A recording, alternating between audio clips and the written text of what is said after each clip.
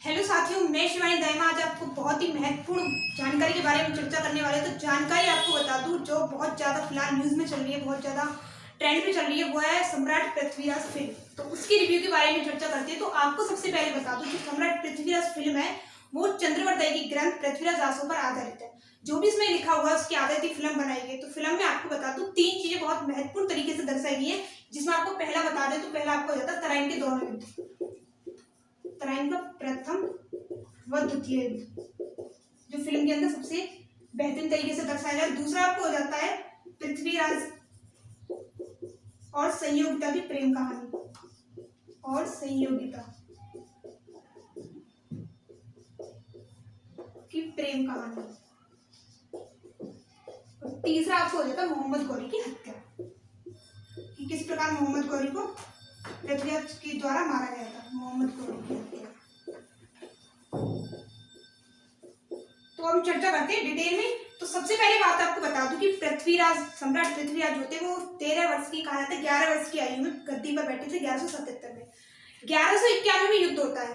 कौन सा युद्ध होता है? तो तराइन का प्रथम युद्ध। तराइन के प्रथम युद्ध को फिल्म में बहुत बेहतरीन तरीके से दर्शाया गया। जो आप फिल्म देखोगे तो एक एक सीन में अच्छी तरीके से दर्शाया गया है, जिसकी रियलिटी पूरी दिखाई गई। तो आपको बता दूं तराइन का प्रथम युद्ध कब होता है? 1191 में। 1191 में तराइन का प्रथम युद्ध होता है। तो उस टाइम के आपको बता दूं हिंदू शासक पृथ्वीराज, सम्राट पृथ्वीराज को अंतिम हिंदू शासक के नाम से भी जाना जाता था। उस टाइम के बहुत ही प्रभावशाली महत्वपूर्ण शासक, हिंदू शासक थे पृथ्वीराज। तो आपको बता दूं कि पृथ्वीराज के और गौरी के बीच में तराइन का प्रथम युद्ध होता है 1191 के बीच में, जिसको याद रखना पृथ्वीराज के द्वारा जीत लिया जाता है। याद रखना पृथ्वीराज, सम्राट पृथ्वीराज होते वो अजमेर के राजा थे। अजमेर पर उन्होंने राज किया था, इनका अजमेर उनका राज्य था। तो आपके तराइन का प्रथम युद्ध होता है, आपको जैसे कि मैंने बताया प्रथम युद्ध होता है 1191 में। किस किस के बीच में होता है? याद रखना मोहम्मद गौरी और पृथ्वीराज के बीच में। तो पृथ्वीराज युद्ध को जीत जाते हैं, मोहम्मद गौरी हार जाते हैं। मोहम्मद गौरी के द्वारा माफी मांगने पे, याद रखना हमारे हिंदुस्तान में जो माफ करने की प्रथा है उसके आधारित मोहम्मद गौरी को माफ कर दिया जाता है पृथ्वीराज के द्वारा। तो पृथ्वीराज के द्वारा माफ करने पे गद्दी वापस चले जाते हैं। लेकिन इसी बीच आपको बता दो, अगर हम बात करते हैं तो प्रेम कहानी के बारे में, तो जयचंद कन्नौज के राजा थे, जयचंद गढ़वाल राजा थे जयचंद। साइड में अजमेर, कन्नौज और अजमेर याद रखना राजस्थान के अंदर पास में पड़ते थे, तो दूर नहीं है। तो अजमेर के राजा थे पृथ्वीराज। पृथ्वीराज की जब महानता की वीरता कितने किस्से सुनाए जाते थे, तो जयचंद थोड़ा उनसे याद रखना, जैसे कि हमारे पड़ोस में कोई राजा है तो वो ज्यादा प्रभावशाली, हम कम प्रभावशाली, थोड़ा जो अलग तरीके से जुड़े होती है ना उससे, वो एक प्रकार से वो थी जयचंद को। तो जयचंद की बेटी थी संयोगिता। संयोगिता ने जो उनकी वीरता के, महानता के किस्से सुने थे पृथ्वीराज की, तो संयोगिता को कहा जाता है कि संयोगिता ने मनी मन उन्हें अपना प्रेमी मान लिया। तो फिल्म के अंदर दर्शाया गया है।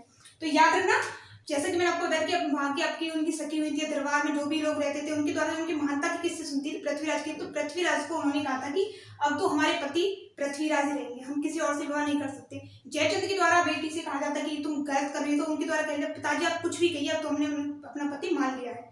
तो उसी बीच आपको बता दूं, जब ये बात पृथ्वीराज को पता चलती तो कि उन्हें किसी के द्वारा अपना पति मान लिया गया है, तो वो बात उनको खुद को भी प्यार हो जाता पृथ्वीराज को संयोगिता से।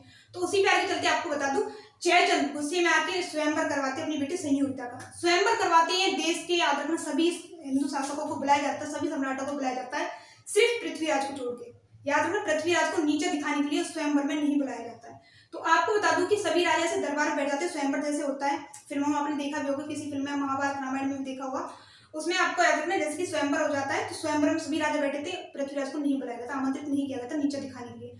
लेकिन कहा उस फिल्म में दिखाया गया कि उनके पुतला जो था, उनका पुतले को दरबार पे खड़ा कर दिया था, पुतला बना पृथ्वीराज का। तो संयोगिता क्या करती, पूरे जो भी आप सब में उन्होंने पत्र भेज दिया था पृथ्वीराज को, हमारे पिताजी हमारा स्वयंवर करवा रहे, और पृथ्वीराज उधर साइड से आ रहे थे, इधर उनका स्वयंवर हो रहा था। स्वयंवर में सभी राजा को छोड़ते हुए दरबार में जो उनका पुतला खड़ा था पृथ्वीराज का, वो उसे माला पहना दी। तो उसी टाइम पे एंट्री हो जाती पृथ्वीराज की, वहां पे घोड़े पे सवार होते, वो घोड़े पे सवार होते संयोगिता को अपने साथ ले जाते, विवाह कर लेते संयोगिता से। तो ये कहानी रहती संयोगिता पृथ्वीराज के बारे में, जो फिल्म में दर्शाई गई है।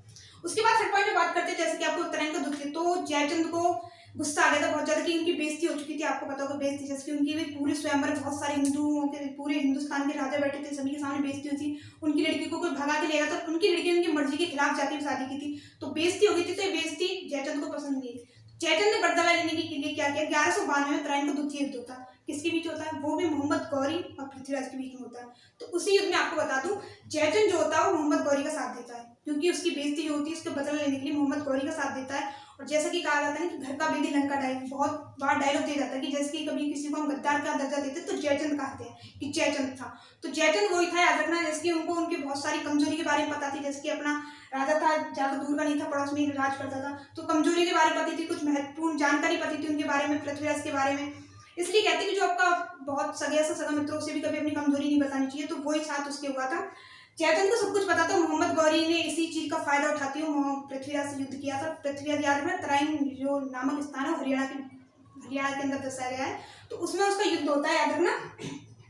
मोहम्मद गौरी इस युद्ध को जीत जाते हैं, जैसे कि मैंने आपको कहा था कि जयचंद का साथ दिया जाता, तो इसलिए मोहम्मद गौरी जीत जाते हैं। और कहा जाता है, याद रखना, चंद्रवरदाई, जैसे कि चंद्रवरदाई के रासो वो था पृथ्वीराज रासो, उस पर आदर्श फिल्म है, तो उसमें जैसे कि दर्शाया गया कि पृथ्वीराज को बंदी बनाकर गजनी ले जाया गया था मोहम्मद गौरी के द्वारा। गजनी में लेकर आपको बता दूं ना, बंदी बना लिया गया था, बंदी बनाकर उनकी दोनों आंख फोड़ दी गई थी पृथ्वीराज की। जी, सम्राट जैसे कि फिल्म में दिखाया गया है, फोड़ दी गई थी। लेकिन उनकी जो चंद्रवरदाई थी, जिनके द्वारा ग्रंथ लिखा गया पृथ्वीराज रासो, साथ ही मैं आपको बता दूं पृथ्वीराज रासो के हाथ तो जाता है कि चंद्रवरदाई के द्वारा लिखा गया था, लेकिन जो मैं कंप्लीट किया गया था, यानी पूरी तरह से पूर्णित किया गया था पृथ्वीराज रासो को, वो उनके पुत्र थे जनन, उनके द्वारा पूरित किया गया था। तो आपको बता दूं गजनी ले जाता है, आंखें फोड़ दी जाती है। कहते हैं कि चंद्रवरदाई जाके कहते हैं उस फिल्म के अंदर गजनी से, मोहम्मद गौरी से, कि हमारे जो महाराजा है, इनके सम्राट है पृथ्वीराज, उनमें एक कला है। उसने कहा क्या कला है? आपने वो कला नहीं देखी तो कुछ नहीं देखा उन्होंने, कि बता तो सही क्या कला है। ये हमारे राजा को शब्द भेदी बाण चलाने आते। शब्द भेदी बाण का मतलब क्या होता है आपको बता दूं, यानी कि शब्दों को भांपते हुए, यानी कि आवाज को देखते हुए कि किधर से आवाज आ रही है उधर बाण मार देते, ये उनके अंदर कला है। तो कहते हैं कि चलो ठीक है, आपकी ये भी उनकी आंख तो फोड़ दी गई, ये भी उनकी कला आजमा के देखते हैं। तो आंखें फोड़ के, याद रखना, जैसे कि थोड़ी दूर पे घंटा लटकाया जाता है, घंटा लटका के साथ ही मैं आपको बता दूं दूरी पे ऊपर मोहम्मद गौरी बैठ जाते हैं, उनसे कहा जाता है कि घंटा की टन की आवाज आएगी। और वहाँ पे याद रखना चंद्रवरदाई की आंखें नहीं फूटी थी, पृथ्वीराज की आंखें फूटी गई थी। तो चंद्रवरदाई के द्वारा दोहा कहा गया था, दोहा बहुत ज्यादा फेमस आपको बता दूं, 4 बांस 24 गज, अंगुल अष्ट प्रमाण, ताऊ पर सुल्तान है मत चौके चौहान। ये डायलॉग याद रखना, दोहा बहुत ज्यादा फेमस है हिंदुस्तान के, बहुत बार आपने दोहा सुना होगा। ये दोहा कहा जाता, कह देता कि अब तो मैंने कह दिया, अब तुझे देखना है किस तरीके से मार चलाना और किस प्रकार उसकी हत्या करनी है। तो ये चीजों को भागते हुए याद रखना, जैसे कि उसके दोहा का आपको बता दूं, 4 बांस 24 गज की और 8 अंगुल की दूरी पे सुल्तान बैठा, उसमें तीर मार दीजिए, ये कहा गया था। तो याद रखना, पृथ्वीराज के द्वारा उन्हें मोहम्मद गौरी को वहीं मार दिया जाता, हत्या कर दी जाती। साथ ही में फिल्म के अंदर जैसा कि दिखाया गया है कि उनके द्वारा आपस में चंद्रवरदाई और पृथ्वीराज जो थे, सम्राट पृथ्वीराज, वो दोनों आपस में एक दूसरे को तलवार मार के खुद ही अपनी हत्या कर लेते हैं, खुद ही अपने आप मर जाते हैं कि किसी और के हाथों नहीं मरना है, और मोहम्मद गौरी को वहीं पे मारते हैं, जिसकी पृथ्वीराज रासो में लिखा हुआ, उसी आप पे आधारित फिल्म है। तो मैं आपको बता दूं, जो भी मैंने आपको फिल्म के अंदर बताया था, पृथ्वीराज रासो में जैसे लिखा हुआ है, इतिहास के अंदर पढ़ा हुआ है हमने, तो उसी के आधारित फिल्म बनाई गई है। उसी के आधार पर आपको, जैसे कि अगर इतिहास के बारे में बात करते हैं, जो मिडाइवल हिस्ट्री हम पढ़ते हैं, उस मिडाइवल हिस्ट्री में ये दिखाया गया है कि जो 1206 में मोहम्मद गौरी थी, उनकी हत्या खुफर जाति के द्वारा की गई थी। लेकिन पृथ्वीराज रासो आधारित फिल्म है, तो इसलिए उनकी जो मृत्यु थी वो पृथ्वीराज रासो में जो लिखा हुआ उसी के आधारित दिखाई गई है। तो आपको मैंने जो भी पृथ्वीराज रासो पे आधारित फिल्म है उस पर आधारित बनाई गई, उसी के आधार पर मैंने आपको कहानी बताई है। फिल्म का ट्रेलर को देखते हुए मैंने आपको कहानी बताई है। साथ ही मैं आपको बता दूं, फिल्म देख नहीं गई, लेकिन जो भी मैंने आपको बताया देख सकते हो, देखने जरूर जाना। फिल्म में एक सीन बहुत अच्छे तरीके से दर्शाया गया है, ट्रेलर के आधार पर हम जान सकते हैं। चंद्रवरदाई के रासो के जो ग्रंथ है पृथ्वीराज रासो, उसके आधार पर हम बता सकते हैं। तो फिल्म बहुत आपकी महत्वपूर्ण फिल्म है, उससे आपको इतिहास के बारे में बहुत बड़ी जानकारी जानने को मिलती है। तो प्लीज सभी फिल्म ज्यादा से ज्यादा देखने जाना। तो आपसे बस यही रिक्वेस्ट है, मैंने जो फिल्म बताई थी ट्रेलर और पृथ्वीराज रासो के ग्रंथ का जो पृथ्वीराज रासो, उस पर आधारित आपको फिल्म के बारे में बताया है। तो सभी फिल्म को ज्यादा से ज्यादा देखना। वीडियो पसंद आई तो सभी अपने भाई बहनों के लिए शेयर करना, प्लीज चैनल को सब्सक्राइब जरूर करना। धन्यवाद।